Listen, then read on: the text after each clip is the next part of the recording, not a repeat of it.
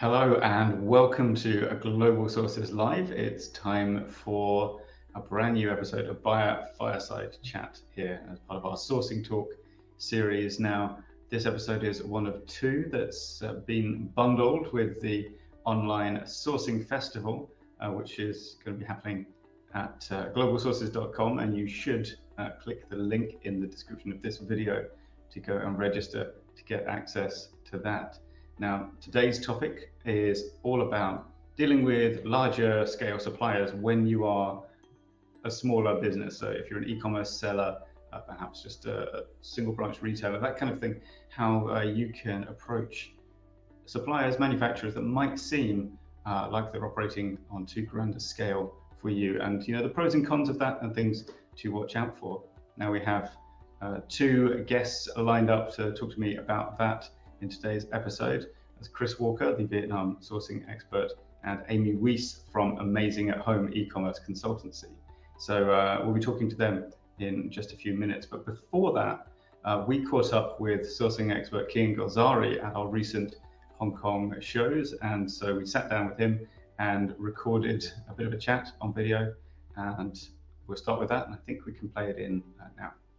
Hello and welcome to Global Sources Live. My name is Tom and I'll be your host today, coming to you from the show floor of the Global Sources exhibitions in Hong Kong. We've got a couple other guests to talk to in this episode. We'll be playing them in later. But first of all, I'm delighted to say hello and welcome to Kian of Sourcing with Kian. How's it going? Absolutely amazing. So glad to be back here. So excited to be back in Hong Kong and at the exhibition and seeing it in full flow. It's amazing. Thank you so much for having me. Oh no, well, thank you for joining us because you're a busy guy. Have you been going around the show floor today? Yeah, I've been around here for the last couple of days and it's been amazing. I think so far you can really feel the energy in the conference that we've all been waiting for, and I think the suppliers are really excited to showcase their new products to us, as we're also excited to showcase our new ideas and just sort of have that face-to-face interaction again. I always feel like the best product development is done face-to-face, exchanging ideas, working with prototypes and samples in our hands.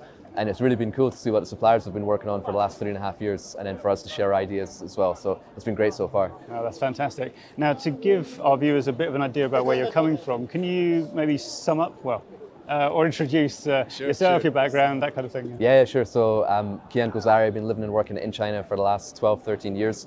In that time, I've designed, developed, sourced and manufactured over 2,500 products, visited more than 500 factories, and that has allowed me to manufacture for brands, retailers, licenses such as the NBA, the Olympics, United Nations, a lot of Amazon sellers, Shopify sellers, and then within the crowdfunding space as well. And a lot of people say, how are you able to supply so many of these different types of companies? And I always say that if you can source the best product at the best price from the best factory, then you can supply anyone that you want. And really coming to this show is I'm just going to continually improve my knowledge and see what's the latest and talk to these suppliers. And aside from that as well, I've got a YouTube channel as well, Sourcing with Kian, where I just educate a lot of sellers on how to manufacture in the best practices, get the best price, find the best suppliers, all that sort of fun stuff. So I'm here to learn and then here to contribute as well. That's fantastic. So Sourcing with Kian is the name of the channel, right? Yeah. Okay, that's great. And what's the main audience there? Are we looking at Amazon sellers, kind of small businesses, that kind of thing? It's a mix, yeah. We've got Amazon sellers, we've got Shopify sellers all over the world. We also like retailers and licenses as well, and also people which are just generally interested in e-commerce as well. Either they're seasoned sellers, 7, 8, 9-figure businesses, been selling online for 10 years, or they are new to the game as well. Fantastic. Well, I mean, I suppose today's the perfect day to ask you about this. Then, if someone is an e-commerce seller, perhaps a bit of a beginner, or they're operating on a smaller scale, coming to a show like this, or even an online event, where you have these showcases, what's a kind of a good tip or a good starting point for identifying the right suppliers or the right products that you could reasonably be selling, in your shop front? Yeah, I think in terms of the suppliers, I think coming to a show like this will greatly play in your favor because you've proven to the suppliers that you're a serious buyer. Because by coming to this show, you're saying, I'm looking to find and source products, compared to online, whereas people are just like inquiring, but the supplier can't quite figure out, are they a serious buyer or not? So that's the first step, just being here.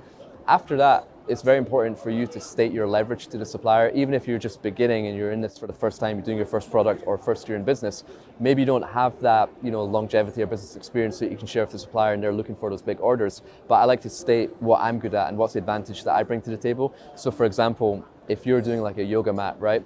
You could say that, hey, I've had my own yoga studio for 14 years. I'm an educator, I'm a teacher. I've got all these new ideas for new yoga products. I'm looking for a reliable long-term supplier, because suppliers aren't thinking, how much money are they going to make from this first order? They're thinking, how much money will I make from this customer over the next 3, 5, 10 years? So as long as you state that long-term vision and stating your leverage to the suppliers to make them excited to work with you, so whatever profession or industry that you're in, you can say that, hey, I know the biggest influencers and KOLs in the space, so that when we launch the product, we've got these large influencers that we're going to promote it with, right? So you might not have that like Amazon sales background where you can show that you're a 7-figure seller, but the influencers that you do find and you do work with, you can get them involved at an early stage to say like, hey, I'm bringing out this new electronic product or this new lifestyle product or this new fashion product, and then would you like to be a part of this brand? Would you like to be a part of this process? Would you like to sell on our behalf? And as long as they can get excited about it, you can leverage those influencers to show to the buyers, to the suppliers, to say that this is who we're working with to promote the product. And then as long as you have new ideas for products and they respect you for your like innovations and stuff like that as well, it's a great place to come and sort of share your ideas. And the beauty about this show is that you have so many suppliers under one roof as well. So it's not like you just go to one supplier, it doesn't work out, and then you're done. Like you can walk down the booths and you can chat to 5 or 6 different suppliers. And if you're a beginner, I like to use this show as like practice. Like let's say, for example, I'm going to source a product, but it's my first time coming to this show and I don't know what to say and I don't know what the questions to ask and I might not be confident. I would go to the booths of a completely unrelated product. So if I want to buy like electronics, I'll start with fashion and I'll go in and I'll ask my questions like, hey, how are you finding the show so far? How many years have you been in business? Like which main markets do you supply? What certifications do you have? Just do a bit of back and forth, get a little bit confident. And then once you feel like, right, I'm ready now to talk to the suppliers that I want to work with, then you can go in and talk to them with a little bit more like confidence. That's an amazing, I'd never thought of that. That's good, because you've got nothing on the line in that conversation, have you? Although I hope no suppliers are watching this. Anyway, but no, that's great. I mean, do you think it's, does it limit you though, do you think, being an e-commerce business? Like, are there certain suppliers that simply won't touch e-commerce sellers? I actually think a lot of suppliers get excited by e-commerce because e-commerce has been around for like a few years, but traditionally a lot of these suppliers which have been coming to the show for many, many years have been traditionally selling to like retailers and brick and mortar stores, and they've seen those order volumes go down, and then they've seen an online store that they've supplied, whether it be Amazon or Shopify or crowdfunding, and then just get crazy 7-figure orders. So I think a lot of them are excited at the potential of e-commerce, and maybe some of the suppliers have tried it themselves and they failed, they haven't quite cracked the code, they haven't quite figured it out. So if you can show that you're good at e-commerce, I think they'll get very, very excited to work with you. Oh, that's great, because I mean the topic that we're supposed to be talking about is this idea of dealing with maybe larger suppliers in particular.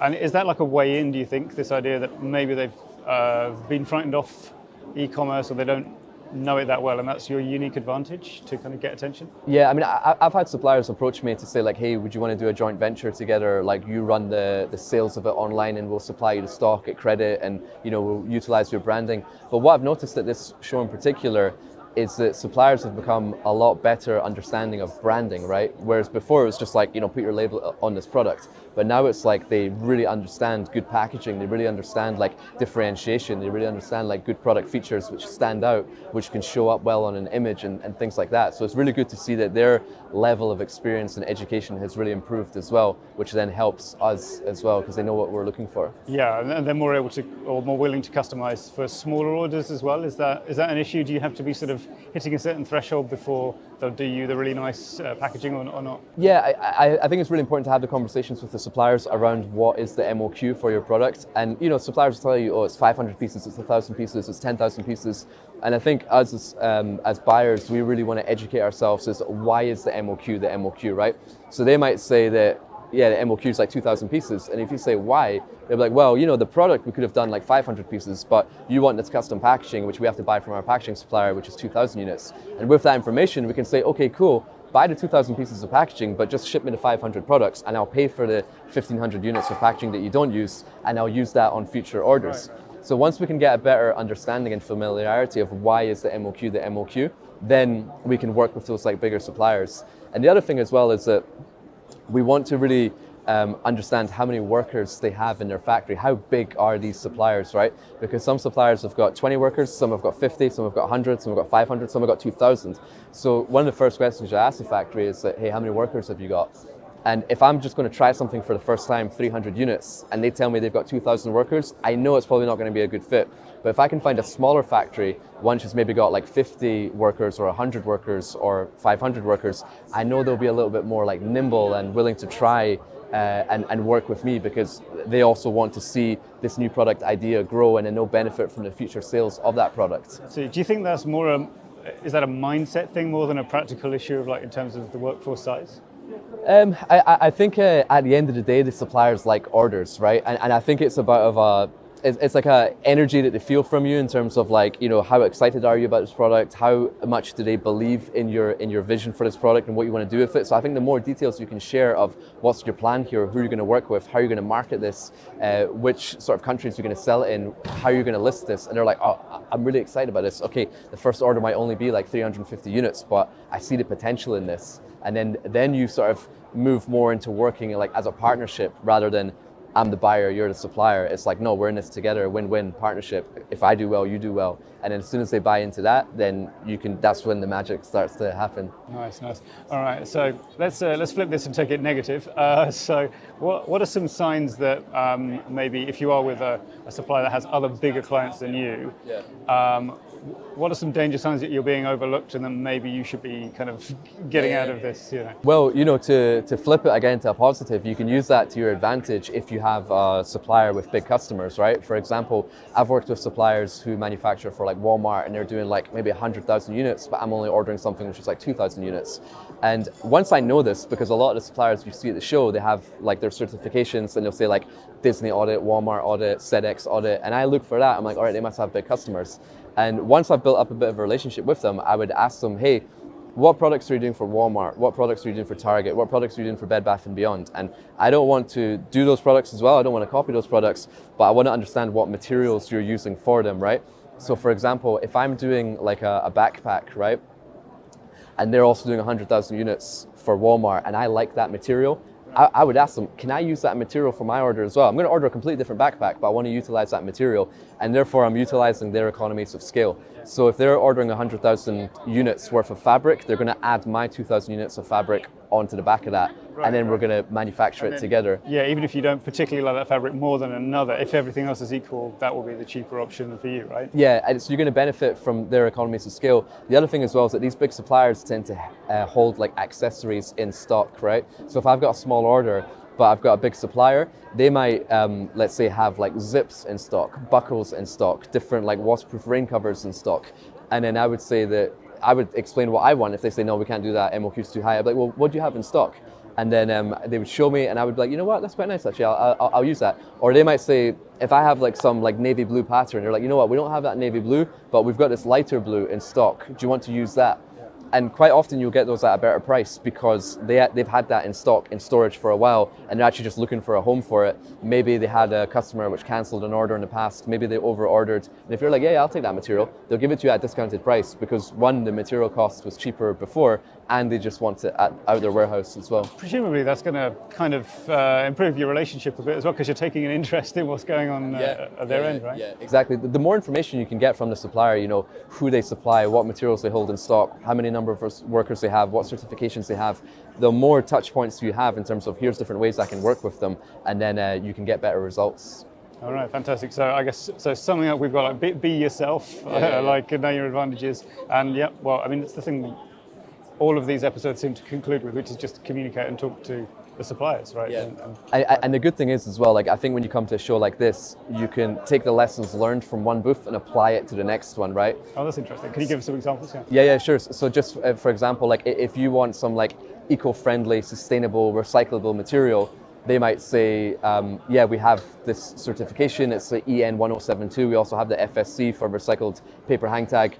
Would you like that? I'm like, yeah, great. And then when I go into the next booth, I'm like, hey, I need that EN 1072, I need the FSC. And the supplier's like, oh wow, they really know about this product. And then it's like, you've shown your knowledge, you've shown your authority so that they now are able to like better communicate with you from day one because they're gonna give you like best pricing from the beginning because they know. But if we walked into a booth and we were completely clueless and we were like, hey, what material do you use, polyester or nylon?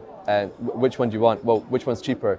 Polyester. All right, what's the difference? The supplier's now educating you about the product, so they're like, I can give this person any price that I want because they don't understand. But if you come into a booth and like, hey, I need that 600D polyester, it needs a 2-time PU coating, and it needs to have the infrared reduction on it, they're like, oh, okay. Yeah. And also, you're being less of a pain as well. Like they don't have to teach you everything. Yeah, you know exactly what you want, and then you can just sort of take those lessons into the next booth, into the next booth, into the next booth, and then they just you have their respect, and then they want to work with you. Fantastic stuff. Now, if people want to see your YouTube channel, that's Sourcing with Kian, right? Yeah. Any other ways to get in touch with you? Yeah, Instagram, Kian_JG, also LinkedIn, Kian Golzari, and if you just want to drop me a message as well, my email is k@sourcingwithkian.com. Very memorable and easy to do. Okay, thanks, Kian. Cool. Thanks so much. So it was great to catch up with Kian at the show. That was a little while ago now, but today we've brought in yet more expertise in the form of Chris Walker, who is a Vietnam sourcing expert. And so he's here to talk about the ins and outs of supplier relationships, especially with larger suppliers when you are the operator of a smaller business, and how that kind of changes the dynamic maybe a little bit, or maybe less than you think. So let's bring him on and say hello. Chris, hi. Can you hear me okay? Yes, I can. Excellent. How are you? Well, I'm very well, thank you. I hope you're keeping well too. And thanks, first of all, for taking the time out of your hectic schedule, no doubt, to join us today. We do appreciate it. To kick off, though, maybe would you mind sharing a little bit about yourself and your kind of your involvement in sourcing, so that the viewers kind of get a feel for your point of view or the background that you're coming from? Yeah, so I moved to Vietnam in 2009, and I started working for a t-shirt factory for like 6 years as their marketing manager. And most of all my experience is receiving inquiries from buyers and then qualifying the buyers, trying to understand what their needs are. And the majority were for men's, women's, and children's garments using circular knitted fabrics. But then I also started to get a lot of other inquiries for woven garments, and then I started to get inquiries for non-apparel products. And just over the course of 10 years, I've had the chance to travel all over Vietnam and visit over, I would say, 300 factories. And one thing about me is I'm not a traditional agent. I'm more of a scout. And my clients, they pay me up front a fixed fee, and then I either introduce them to factories by email, or they pay me to arrange for tours. And I pick them up at the airport or at the hotel and take them to 3 to 5 factories in a day. And then they work directly with the factories. And after my service is done, I usually don't get involved in the production, pricing, quality control, because nowadays the world is getting smaller. The factories are becoming more capable in terms of communication.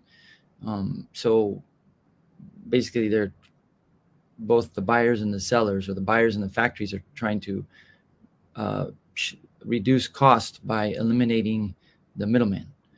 And so I position myself not to play in that space. I'm not trying to be a middleman, just trying to help people find factories quickly, and then they try on their own to work directly with the factories, and it usually works. So that's what I do. Yeah, no, that's great. I mean, I imagine that gives you exposure to, as you mentioned, hundreds of different factories. Whereas if you were kind of sticking or staying involved in the picture after that contact point, you'd probably have less time to get that diverse experience. It's also interesting, I think, that you started out working for the manufacturer, so we have a kind of poacher turned gamekeeper scenario here in terms of getting your insights on how this all works. So, I mean, So the topic, as you know, is kind of about sort of dealing with larger scale suppliers when you are coming from maybe a small or medium business background. We're thinking especially of e-commerce, Amazon sellers and things like that. But of course, there are lots of different scenarios in which you might be a comparatively smaller player compared to what a manufacturer's big clients are operating on. What would you say are some key factors that someone should consider when they're selecting a large-scale supplier especially for apparel sourcing, but maybe other things? And how can you kind of establish a strong relationship from the very beginning? Well, the way to establish a strong relationship from the very beginning is to bring enough business to the table where the factory can see the money, and the factory has certain, checks that they look for. And if it's obvious that the factory is going to be able to make profits, then the factory will be happy to work with you. But from the buyer's perspective, I think the first question to ask yourself is, do you want to be able to choose products from a catalog?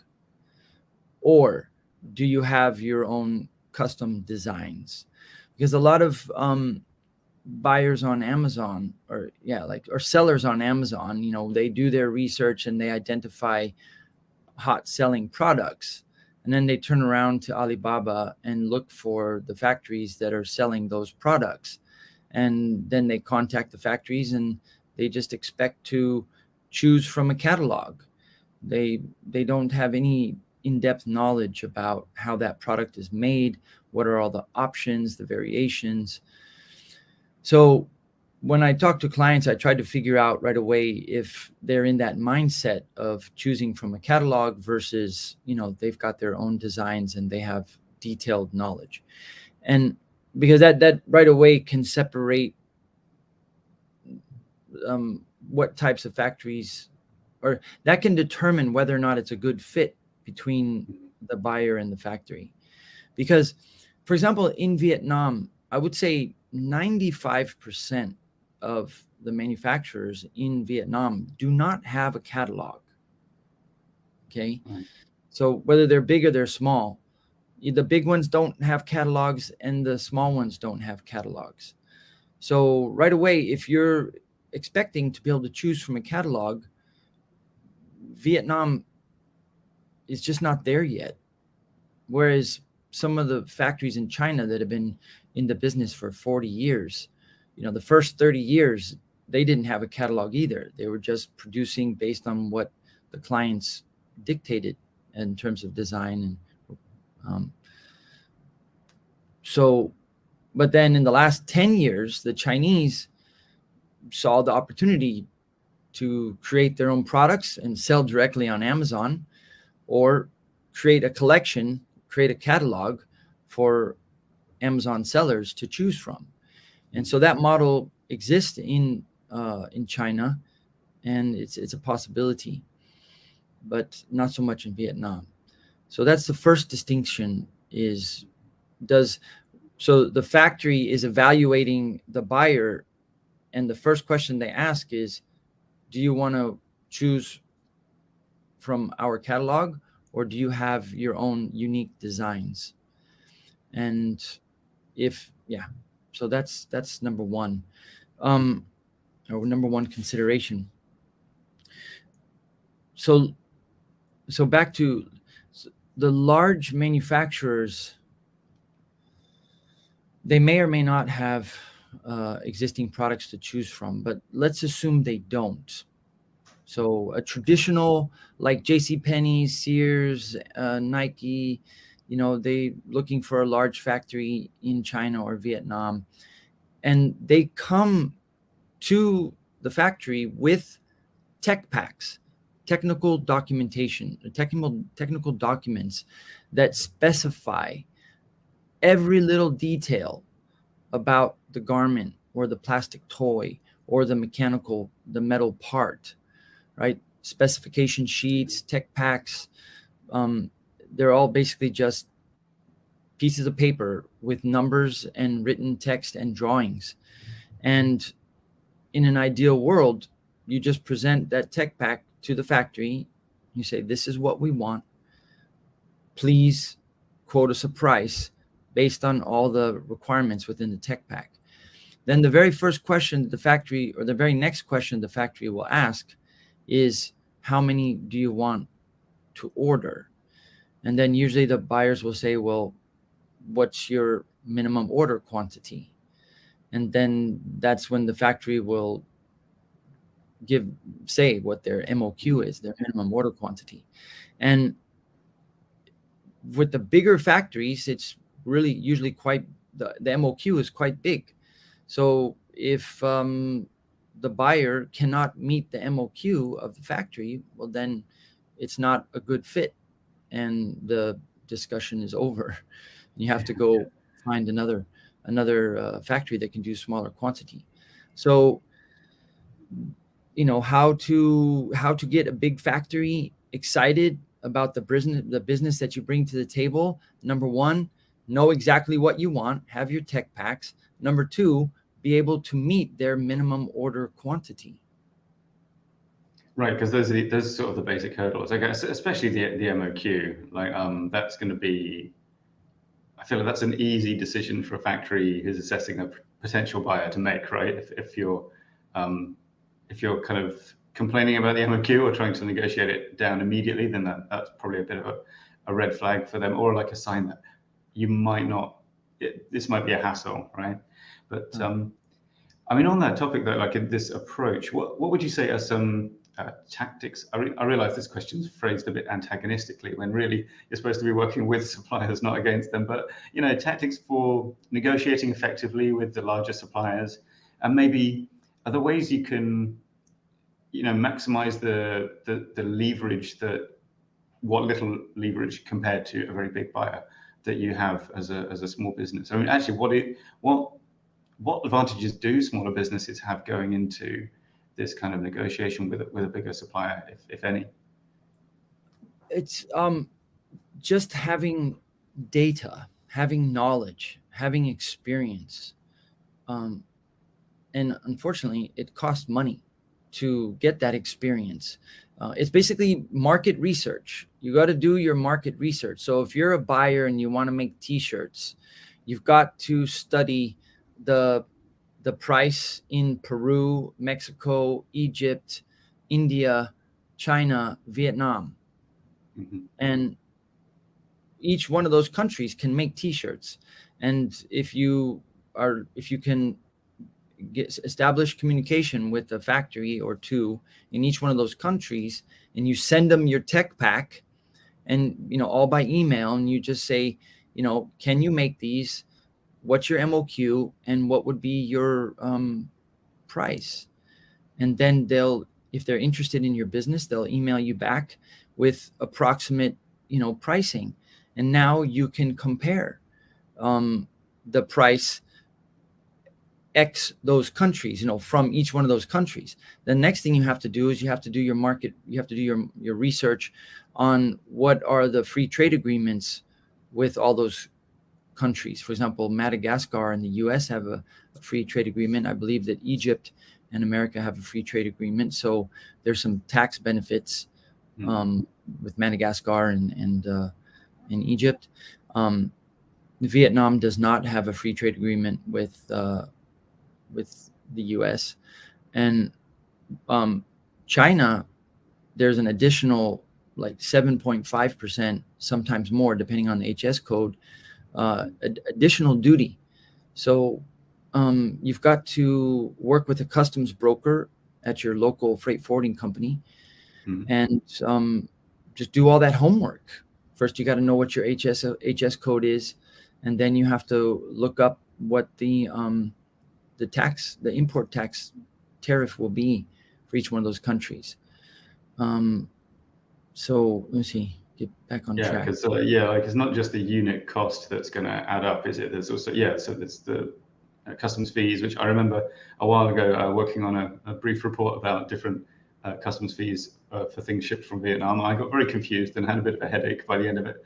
And but yeah, and also just all the kinds of brokerage and shipping fees that you get.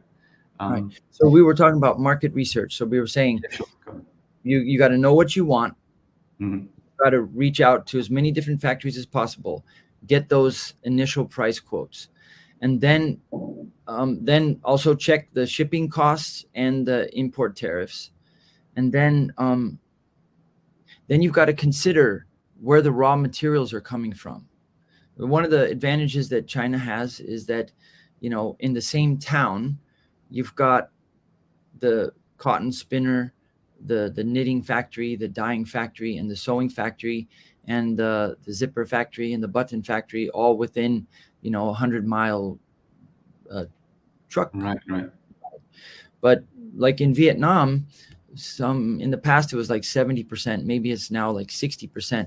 60% of the garments that are made in Vietnam are getting their fabric from outside of Vietnam. So the fabric has to come from Taiwan, Korea, or China. And so there's going to be an additional premium for getting the fabric here, just because there's shipping costs, and you don't necessarily get the best price when you have to ship it in. Yeah, presumably that adds a little to the lead time as well for any particular order. Yes. Yeah. All right. So, assuming that everything goes well and you have, you found your ideal supplier and signed some contracts. I nearly said inked some contracts. That's a bit of a cliche, so sidestepped it. And you've established that buyer-supplier relationship. What are ways to maintain that and keep on a good footing with? And again, I guess I'm thinking about basically how do you avoid being that annoying guy to a supplier who probably has competing other people competing for their attention. Yeah. So you want to build a personal relationship with the management at the factories. If it's a very big factory, it's difficult to build a close relationship because they have a very heavy upper management chain of command. So there's probably like 3 people. You've got the merchandiser that you work with on a day-to-day basis. Then you've got the sales manager that's just kind of overseeing your account. But then you've got the department head or even the CEO, and all 3 of those people can make a difference when it comes time to negotiate price, solve problems, talk about further business. So then you've got to maintain 3 relationships with the merchandiser, the sales manager, and the CEO. But and you just got to do it. You just got to spend the time with those people so that they stay on the forefront, so that you stay on the forefront of their minds, so that when there are problems and it's time to solve the problem, there's an emotional element to the right. They're invested in you a bit. Yeah. If you work with a medium-sized factory where they're not so, the top management's not so heavy, you might just have 2 people that you work with, the merchandiser and then the factory owner. And in that case, it's a bit easier because there's just fewer people involved. And in the smaller, like medium-sized factories, the owners are much more invested in the business because it's smaller scale business. They don't have the security of big financing, and it's most likely a family business, and their whole livelihood is on the line. So, and that was the case for me with the factory that I worked with for the first 6 years. It was a family-owned business, and the owner was always directly involved with bringing new customers on board. When the customers would fly over, would spend time, of course, in the factory talking tech and talking price and everything. But we would go out to dinner. In some cases, if the customer was here over a weekend, we would go with the customer to a nice resort on the coast, Wow. Yeah. spend a day or two on the beach, and with their kids, and take our kids, to really build a close relationship. Because the closer the relationship, the more emotionally invested both sides are. And there will be problems. There's always problems with manufacturing. Yeah. It could be financial problems, quality control problems, supply chain problems, who knows what.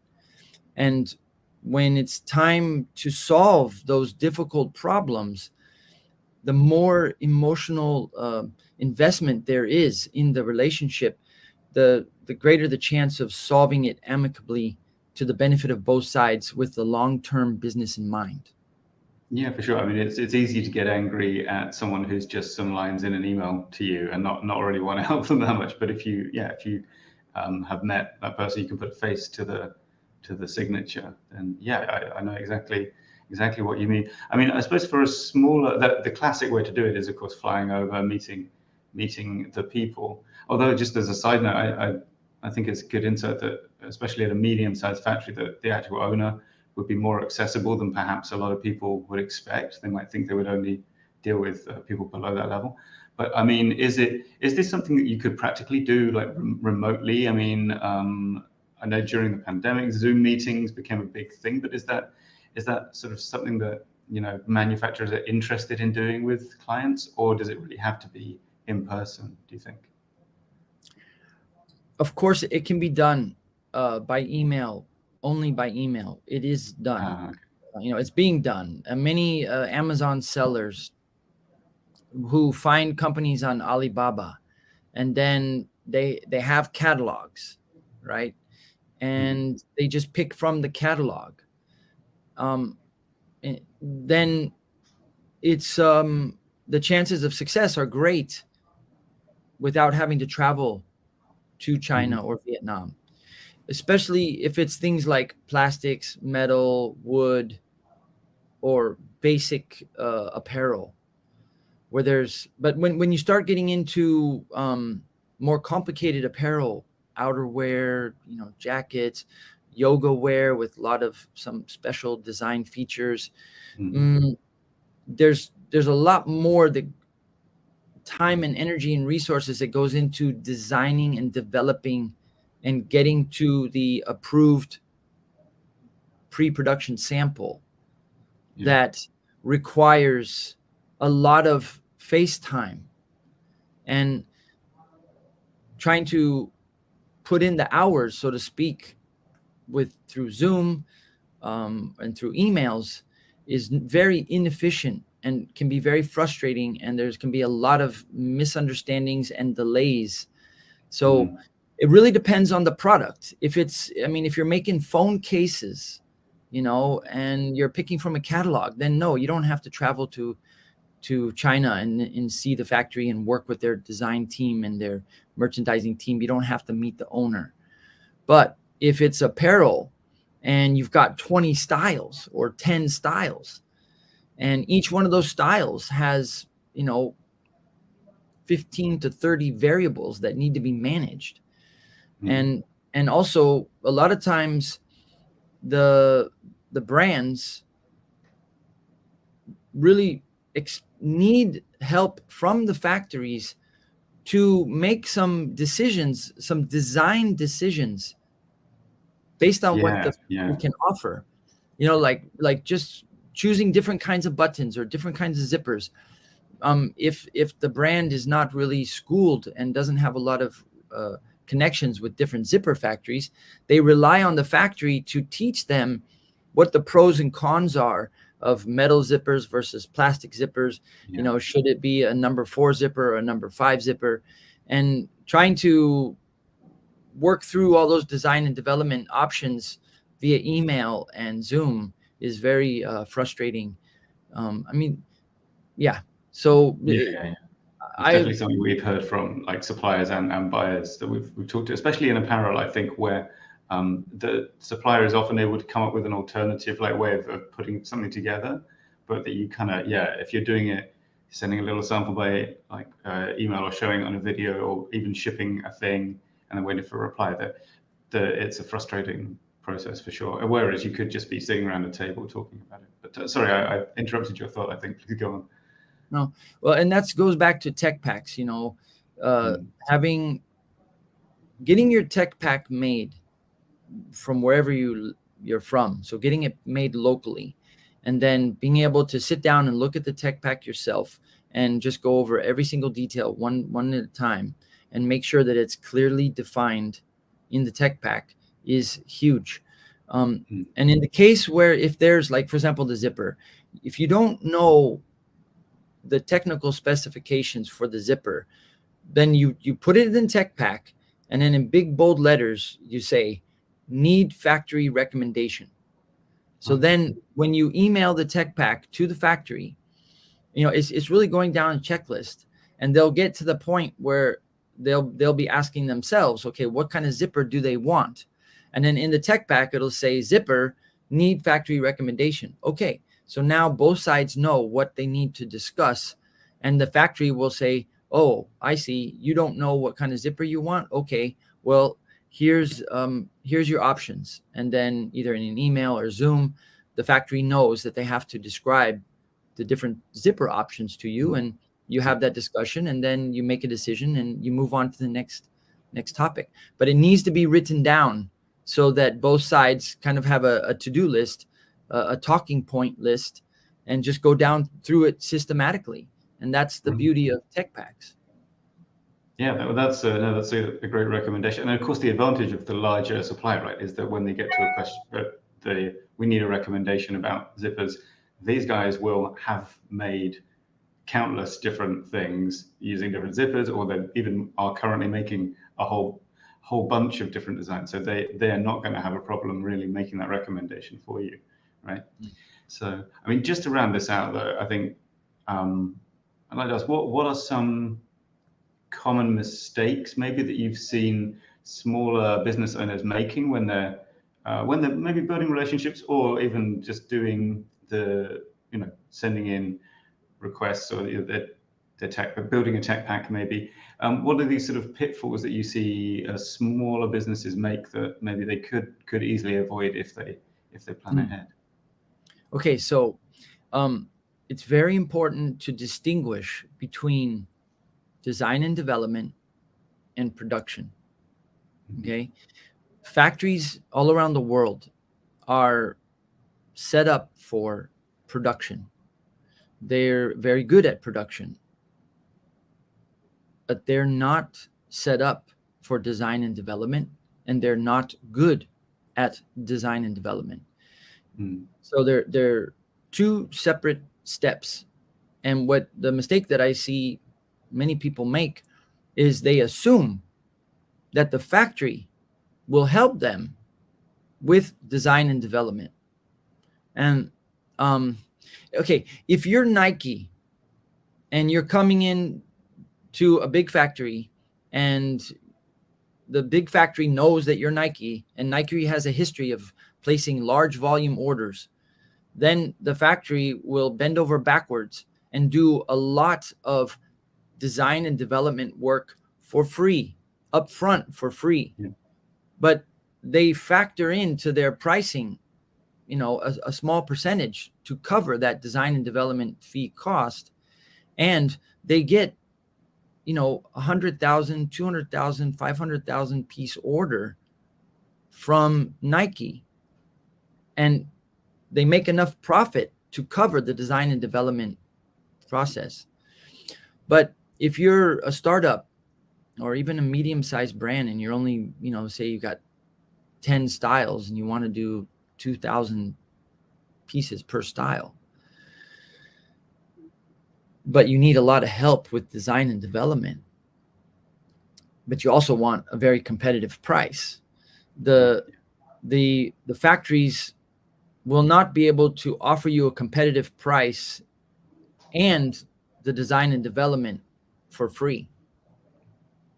Sure. And the factories have a very good sense of just how much money they have to spend to get you from an idea to an approved pre-production sample.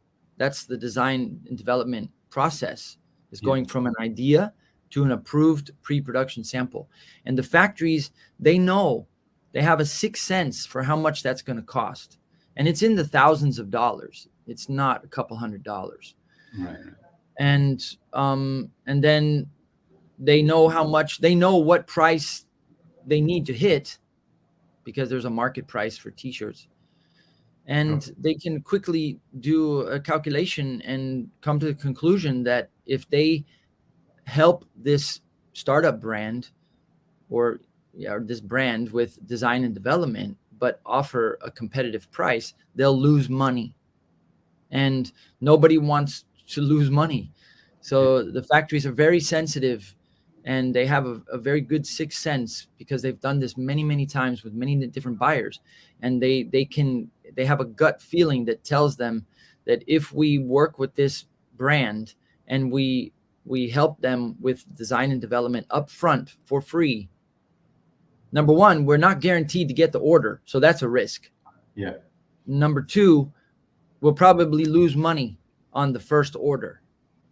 Which brings me to another point. You haven't asked the question, but I want to make the point that what factories care about most of all is not the first order. What they care about is the repeat order. Yeah. Because they don't, a lot of, if they do design and development for free up front, they're going to barely break even on the first order. What they're hoping for, and what they're trying to read into the buyer's story, is will they be able to repeat that same style that's already been designed and developed over and over and over and over again, so that on the next order there is no design and development cost. Right. It's just ordering, all the pieces and parts, the raw materials, and then using the same tech pack, the same, setting up the sewing line the same way, the same procedures, and just making more product. Yeah, right. So if they believe that you're going to be, or at least the thing you're bringing to the table is going to be an ongoing success, so that the future's going to bring profits, then that first order can be, well, maybe not a loss leader. I think everyone prefers a break-even leader to a loss leader, but and I've definitely heard them, especially apparel manufacturers, mention that often that first order isn't going to be great for them, but if they believe in the plan, believe in the product, then they can be persuaded to go for it. Although I wouldn't, I'm not sure I can back that up with empirical data, but it's certainly an anecdote kind of I've heard from a few different people. Yeah. To put it in a negative way, it's naivete. It's just being naive. But to put it in a positive way, if it's your first time to the ball game, if it's your first time producing a t-shirt, you just don't know, because you haven't been schooled, you haven't been taught.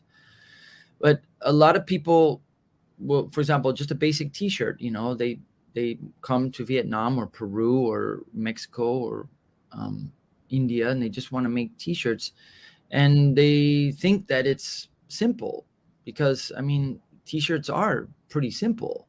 But the truth is that there's many different kinds of polyester, there's many different kinds of cotton, there's many different ways that the polyester and the cotton can be knitted together, and then there's many different fits.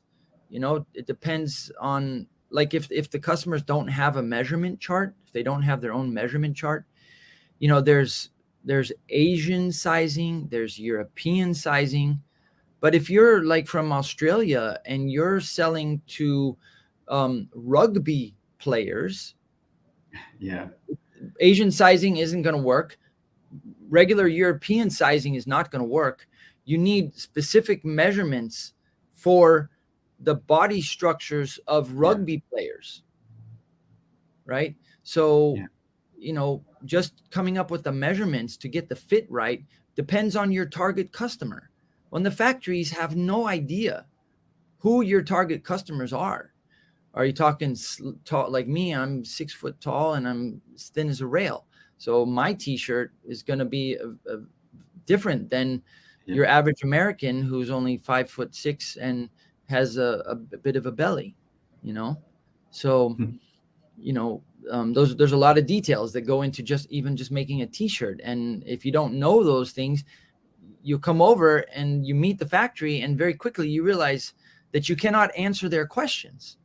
And now the factory is thinking to themselves, man, we're going to have to hold this client's hand.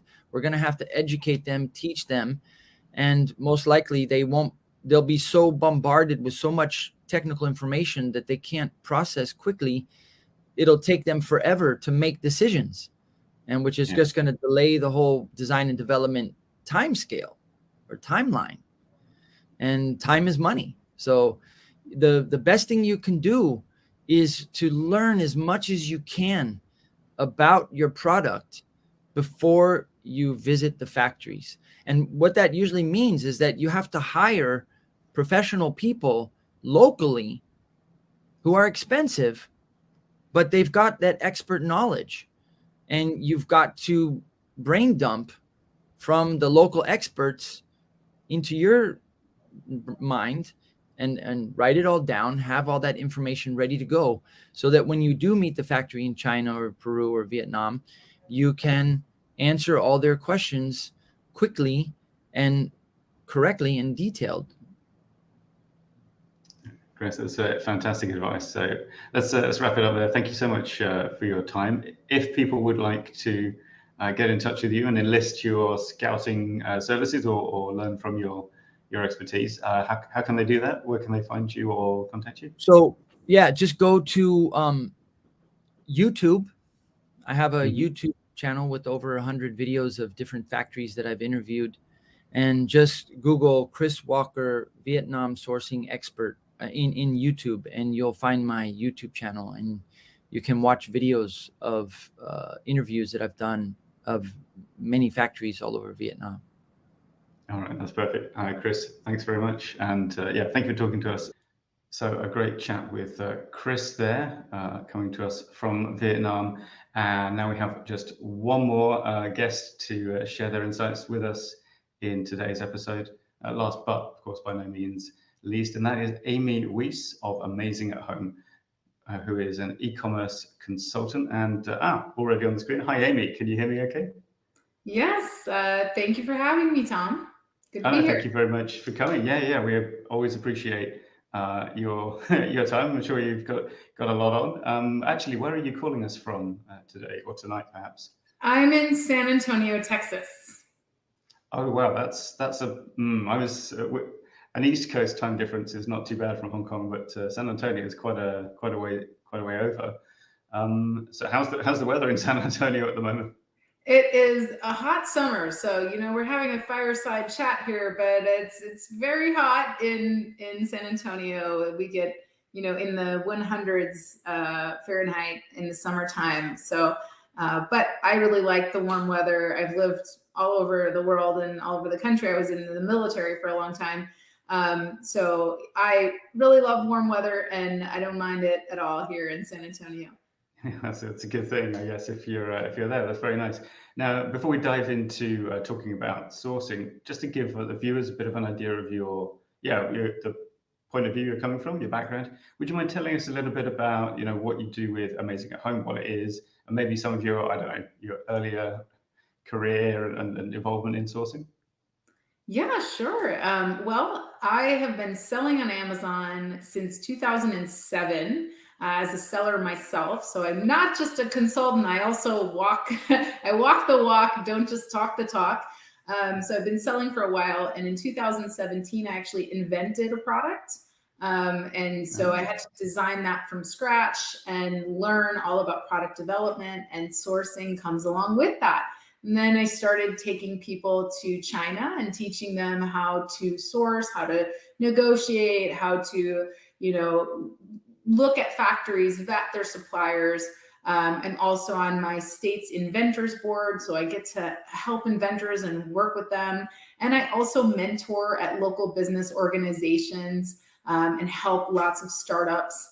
But along the way, of course, in developing my own products for my own brands, I really had a passion for helping others do the same. Because when you're inventing a product, when you're starting from scratch, it's not as easy as just finding a supplier on Alibaba and sourcing a stock product. So there's a lot of things that you have to kind of pay attention to. And I really wanted to become, an expert at that myself and also be able to help others do the same. So I'm proud to say that over the years, I've helped thousands of brands launch their products and source them as well. And last year, I co-founded the only multi-category trade show in Latin America.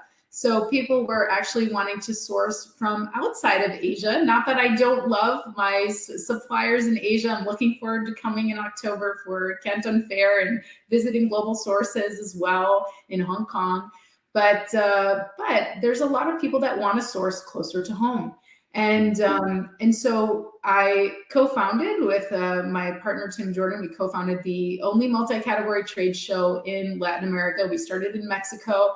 And so we have had 2 events behind us now, and we're educating suppliers in Latin America. And then this summer, I'll be going to the Middle East as well and working with some suppliers there and training them how to work with e-commerce buyers and what that looks like. So very exciting background in sourcing that I never imagined I would be here doing this, but I absolutely love sourcing. I'm a total factory nerd. I get very excited walking through factories. I get very excited getting to know suppliers and their niches and everything, and then sharing that with others. So at Amazing at Home e-commerce consulting, what we do is help brands every step on their journey from concept to launch. So whether they're coming up with an idea, whether they are, just launching a normal product, we can help them all the way along the way, concept, sourcing, business operations, hiring, and then launching their brands and their products. Oh, wow, fascinating. That's an amazingly diverse kind of range of experiences throughout, the whole, the whole progress of the supply chain, right? So perfect guest to ask about this kind of thing. So getting onto our topic, which today is, this idea of smaller businesses working with large scale suppliers and like some of the challenges that particular scenario presents.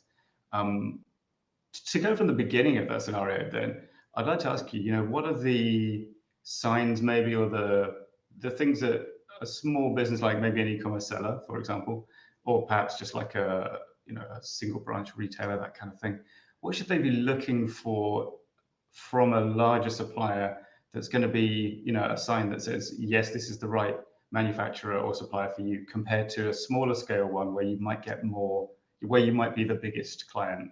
What are the green flags as opposed to red flags? Well, I think sometimes larger scale suppliers can be scary for new brands, but they shouldn't be intimidated by a larger scale supplier.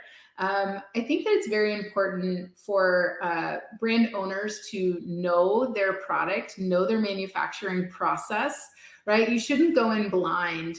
You should really kind of know how is your product made. You might not know every detail. I'm not asking you to be an engineer, right? But you should have a general idea of your materials and your products and what you're looking for. Because when you're looking for a supplier, it's your partner. That's the business that is really, you're going to partner with that business and you're going to work together in your growth. And so it's very important that you come to the table as a professional and you know what you need, right? So there's some considerations that you should be thinking about. If you're just launching a stock product, maybe a white label product where you're just putting if I'm just sourcing this water bottle here and I'm going to put my logo on it, well, that's pretty easy, right? I can look for a supplier that, has the capability to apply my logo, that can work with me for the quantities that I'm looking for when I'm just getting started. But if I'm wanting to do something more unique, or I have a product with multiple components, then I really need to be thinking about the capabilities of that supplier and the components of my product, because that supplier might have to outsource some of the work, right? They might not make if I'm going to add lights to this, right? They might not make all of the pieces and parts. So you need to think about who's your lead factory. What are you sourcing from them? Do they have the capabilities for research and development and actually helping you with differentiation of a product? So the relationship is the most important thing. If you are looking for vetting a supplier, you need to get on a call with them. You need to understand what you're looking for, right? But you should actually sit down on a call with them and get to know them a little bit too. Get to know what else they make. I'll never forget, I had a client that came to me and he was sourcing it was a box with some glasses inside. Like, it was a couple of years ago when the glasses and the whiskey stones were really popular. Yeah, okay. And he found a supplier that could do his unique shape and everything that he wanted for his box, right? And we got on a call with this supplier, and I just started talking with the supplier, like, oh, hey, tell me about your background. How long have you been doing this? What kind of things do you make? And, what are your primary export markets? And how many employees do you have? And just all that. And they're always happy to share all of that with you, right? And so, I'm asking them all these questions, and I realized that all of the products that they make, which is a very broad range, it's really great, but none of them are actually what he's sourcing from them.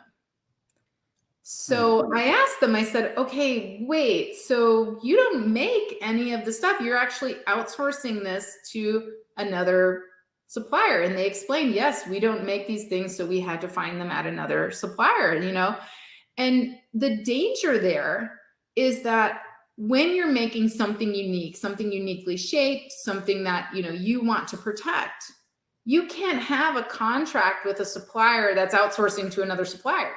Right? I mean, you can have a contract with that supplier, but your product's not being made there. So that contract is useless, right? They're not the person making it. So that other factory that they're sourcing it from, they could be selling your uniquely shaped product or whatever to all these other trading companies. And before you know it, you got a bunch of competitors that you hadn't anticipated. So it's very important that you get to know your suppliers, get to know what else they make, use their knowledge. They have a great, whatever they're making, they have, a really great experience in that, and they can actually help you make your products better. You can work together to really grow both of your businesses and grow together. So it needs to be a win-win situation. Sit down, have a meeting with them, think about what you're needing in a supplier, some different things that you might want to consider when you're talking with a supplier. So the first thing is thinking about their location, where are they located? Maybe you have other factories that you source from and you want to be sourcing in the same general area. So when you're shipping things out, you should also be thinking about their niche experience. So like I was just talking about with the whiskey glasses, right? What do they actually make? Did you sit down with them and talk with them about that? How is the language and communication? If you can't communicate well with them, if the language is a barrier and communication is a barrier, then that might be hard for you to work with them, right? And then also, what business ethics are important to you, right? When you're thinking about the way that you're communicating with them, if they're not willing to work with you on price, if they're not willing to work with you on differentiating, if you start talking to them about, hey, can I change the color of this metal? Can I add something? And they look very uncomfortable with it, they might not be a good partner for you. So don't jump right in and hire that supplier. Talk with them, get to know them, think about all of that, and think about their experience and what they bring to the table and whether or not they're going to be a good partner for you, not just right now, but in the long term. In the longer term. I mean, and in those initial meetings, there's kind of, as well as kind of getting to know the supplier, you're also, I suppose, starting to negotiate. Are there any things that an e-commerce seller or just a small business can do to, what kind of leverage does a smaller business have in this kind of initial negotiation with a big supplier? And are there any things they can do to make the most of the limited power that they have? Well, that's a really great question, and something that so many sellers struggle with. Honestly, when people come to me and we sit down on a consulting call, we go over their numbers. A lot of time they've already launched, and we start talking about their foundation. So how much did you pay for this product? How much are you selling it for? And a lot of them are actually paying way too much from their suppliers. And it's because they don't really know how to negotiate. They don't understand what they should be paying. and they haven't ever really had a conversation with their supplier. They've never, other than a chat with a sales agent on Alibaba, they haven't really talked with their supplier and built a relationship. And that makes a huge difference. So the first thing is, when you're thinking about negotiating, you have to remember that you need to be talking to a decision maker, right? If you're talking to a salesperson, they can't make your price cheaper, right? They get paid to charge you more, right? Like, that's their job, is sales. So you need to make sure you're talking to the boss. If you really want to negotiate and you're doing a, differentiated product, whatever, or even a stock product, you need to make sure you're talking to the boss. And I think that intimidates a lot of people, but actually in Asian culture, kings negotiate with kings. So guess what, guys? You're the king. You're the owner of your company. So you need to be talking with the king, right? So of course, in the beginning, when you're having that first conversation and you're asking for an RFQ for, a product that's like this, right? So they make something like this. We're not going to tell them that we want to add lights yet. We're not going to get into that conversation. We're going to date first. We're going to meet with them. We're going to find out, okay, well, what can we do with this, right? Well, let's just talk about this right now. Well, tell me about your company. Tell me about what you do. And then, when you get there, then you can bring in the boss. And when you're actually starting to talk about, okay, wow, like for this, I talked to the sales guy and they had a lot of information. It's great, but then, when you actually want to start talking about your options and working with that factory, you want to make sure that you're talking with the boss, because the sales guy can't make decisions, and that's just going to leave you stuck. You're just going to end up stuck. So there's nothing wrong with asking to talk to the boss. Remember, you're the boss. So that's something that's important. And then remember to know your manufacturing process. You can't vet a factory if you don't understand what machines should be there. Right? So let's say you're making a unique, you're making your own version of an apparel item, or, any kind of cut and sew item, and you don't know what a cut and sew factory looks like. You don't know that there should be sewing machines on the floor, right? So you get on a call on WeChat and they take you around the factory and you just see people working on a production line, but you don't see any sewing machines. That's a trading company. That's not a factory, right? So it's important for you to know your process. For me, I have an injection molded product. So this is a 3D printed version of it, right? But I'm going to be looking for, how many injection molding machines do you have? What does that look like? I want to see that process, because it's all about knowing your factory and ensuring that you're vetting that. And when you know your process, having an educated conversation with the boss is going to be easy, and you guys can really connect over that, and they're going to take you a lot more seriously than if you're just expecting them to make magic happen and develop your product and do all of the things, right? That's when you're going to get a really high price, because they don't want to deal with you, and they're also going to think, well, this is the only order I'm going to get from this person. So, as well. Yeah, it's very important that they take you seriously, right? So think about all of those things when you're getting into a negotiation, so that you're working. Remember, kings negotiating with kings. Know your process and have a conversation and work together. We want everything in negotiation. We want win-win, right? It needs to be, they need to make money. We're not trying to rip off the factory. They need to make money too, right? They need to make money. You need to make money, and your customers need to be happy.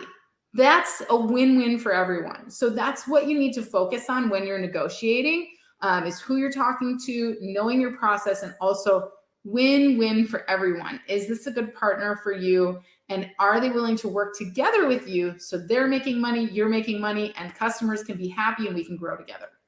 It's the perfect business relationship, which does lead me on to the next question, which is, once you've got this relationship up and running, maybe you've done, let's assume a few orders, maybe you're a few months into that whole cycle of stocking and restocking. How do you ensure that the wheels don't come off of this machine that's working pretty well? How do you maintain that relationship and make sure that I don't know. I mean, all kinds of things might go wrong, I guess. How do you spot problems coming? That kind of thing. Yeah, so one of the biggest mistakes I see people make is that, the first order goes okay and they get their inspection, they do their quality control inspection, and the first order goes okay, and then they just dive in on the second order without talking with the supplier, seeing how things are going, and they skip the inspection the second time around. There's a lot of turnover in factories right now. There's been a lot of change in the workforce. And so knowing your supplier, having that relationship, checking in with them, having another meeting and saying, how are things going? I've had suppliers tell me, Amy, it's not good. After Chinese New Year, I lost half of my staff. We can't just skip an inspection the second time around, guys, because it might not be the same people on the production line. And that supplier might be dealing with things that, every business owner, every supplier deals with. It doesn't make them a bad supplier. It just, every single business owner deals with these challenges. So remember that they're your partner. And also don't skip things like inspections on the second go around, right? The other thing that you can do to protect you and your supplier is make sure that you utilize contracts. So whatever country you're sourcing from, you should have a legal and an attorney, somebody who can speak legally to the rules in that country that can help you draw up some basic contracts. And so if I have unique products in China, I have NNN agreements. So we do NNN agreements, which are non-disclosure, non-repudiate, and I forgot what the third one is. The other one, hang on, I can't remember. Circumvention. Yeah. Non-circumvention. Yeah, so that's the third one. But these need to be in English and Chinese, and they need to be signed with that factory, the registered business license and that factory's red seal in order for them to be legal in China. So we need to make sure that we're doing these contracts, right? It's protecting you, it's protecting them, it's giving them the framework of, oh, we can't show this product to other clients that come through the factory. We can't sell this to somebody else. We can't really blame our suppliers if we never tell them, hey, this is a patented product, or hey, it's not really gonna help you in that case. So then other things are making sure that everything is in writing in terms of your terms, talking to them about what are my payment terms on the first order, what are my payment terms on the second order, can we work together on this or that, right?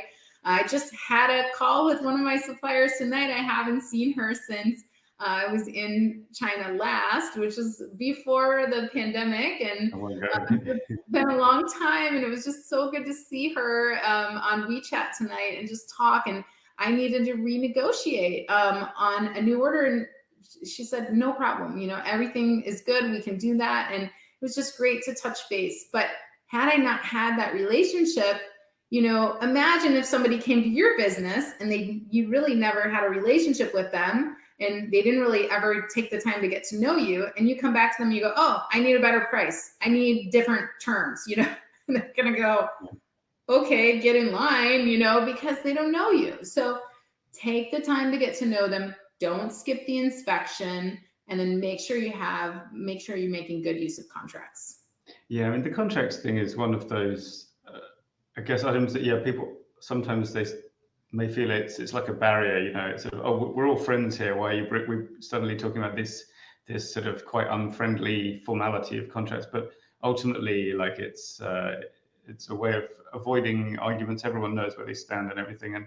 And from when I've spoken to other kind of buyers and suppliers, there is that thing. Once it's done, then actually it becomes part of the routine, and it doesn't become it stops being so intrusive, into the conversations you're having. So yeah. And the thing is, if you actually do take the time to develop that relationship, they know you're coming from a place of professionalism, and it's not so much of a barrier. If you are only talking to them on Alibaba or on chat, and they don't really know you, and then you come at them with this very serious contract, you've never talked to the boss, whatever, that could be a barrier, right? That could be a red flag for them, thinking, okay, is this person just trying to get one over on us? Are they trying to harm us? where if you get to know them and they know what you're trying to do, then they understand, oh, okay, they have something that they're trying to protect here. They've already talked to me about this. It's not such a problem. I've never had a supplier, after talking to them and getting to know them, I've never had a supplier go, nope, I'm not going to sign that.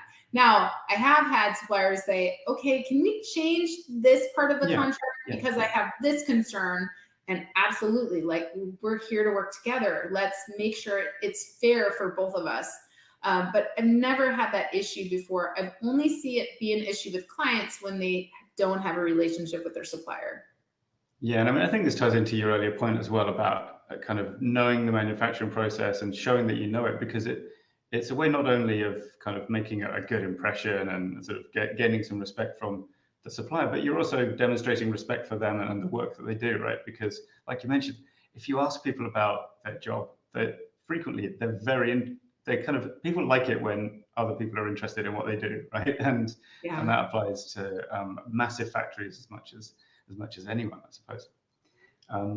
Now, however, let's make things negative to kind of round this out, and because I'd like to ask you about kind of mistakes that people make. This is always a fun, fruitful field of inquiry in sourcing. So, do you have any kind of top tips or things to avoid, like that you see maybe kind of small businesses were like putting their feet wrong when dealing with bigger companies, and like kind of, especially if it's something that's easy to not do once you know what's what. Yeah, I would say the first thing is that they don't know who they're talking to, right? So they don't actually take the time to get to know the supplier or to actually vet that supplier or know their process. And that I've seen turn out bad in all kinds of ways, right? Where the product quality is just terrible. Or, this is a trading company that's, just upcharging them, or it's just a third party random person. Like, I had this guy in China who was like I don't remember, like one of the highly rated suppliers on Alibaba. It was a factory on Alibaba, but he was just a guy in his apartment on his computer. This is the importance of vetting on platforms, yeah. And that's fine if you're getting it. I'm not here to knock trading companies. They have their spot in the world. And I work with a trading company. In fact, that supplier I was talking to tonight is a trading company, and she outsources my products, but I've never had a quality issue. The prices are great. The terms are awesome. So there's no worries. Like, for me, working with a trading company in this case is fine. So there's nothing wrong with working with a trading company, but there is something wrong with not knowing who you're working with, right? Do a factory audit. If you're not sure, do a factory audit. It costs like $200. We had somebody in our mastermind group was working with the supplier for months, and on a sample and getting a really great sample, and the communication was great, was awesome, everything was looking good. And they just, on a whim, they were like, I'm going to do a factory audit. Before I go into this, I'm just going to do a factory audit. I'm going to spend the $200, have them looked at.